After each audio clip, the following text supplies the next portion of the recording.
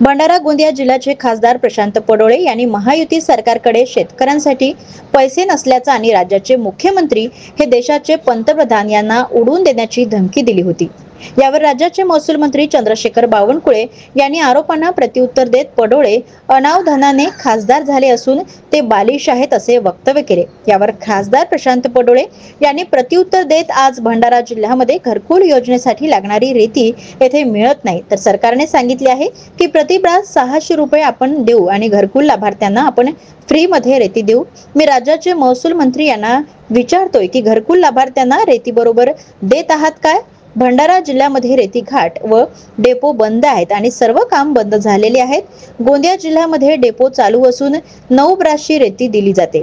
5400 रुपये घ्यायला पाहिजे, मात्र पावती 22,000 रुपयांची दिली जाते। डेपोमध्ये एक ट्रकचे वरचे पैसे 30,000 रुपये घेतले जात आहेत। तर ठीक आहेत, आम्ही बालिश आहोत, मात्र प्रति दिवसाला शेतकरी 41 ते 51 रुपये कमावते आणि त्यामुळे तुम्ही सांगावे की देश प्रगत झाला आहे। आज भंडारा जिल्ह्यामध्ये घरकुलासाठी लागणारी रेती इथं मिळत नाही।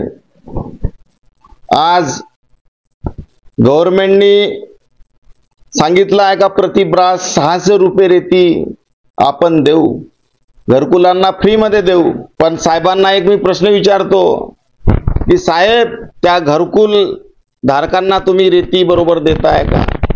आज भंडारामध्ये घाटच चालू नाही, डेपो चालू नाही आणि सगळे काम बंद झाले आहे। आम्हाला छोटासा घर पाहिजे राहण्याकरता, पण त्याच्यासाठी रेती उपलब्ध नाही आहे। गोंद्याचे डेपो चालू आहेत, तुम्ही पावती देता, 9 ब्रासची तुम्ही पावती दिल्या, 9 सकट 54, 5400 हे तुम्ही घ्यायला पाहिजे साहेब। तर त्या पावतीवर 22,000 रुपये तिथं लिहिले आहे साहेब, कुठला पैसा आहे? आणि तुम्ही त्या डेपोवर गेला तर वरचे 30,000 रुपये एका ट्रकच्या मागे घेताय साहेब।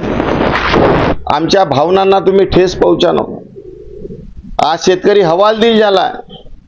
ठीक आहे, आम्ही बालिश आहोत, पण विचार करा साहेब, प्रति दिवसाला जो शेतकरी 41 ते 51 रुपये फक्त कमवतो, खरंच आपला देश प्रगत झाला आहे का? शेतकऱ्यांचा पर कॅपिटा इन्कम वाढलाय का? तो कसा जगतो आहे साहेब? त्याच्या व्यथा तुम्ही पहा। त्या व्यथा मांडण्याचं कामच साहेब जनप्रतिनिधीच्या नात्याने मी करत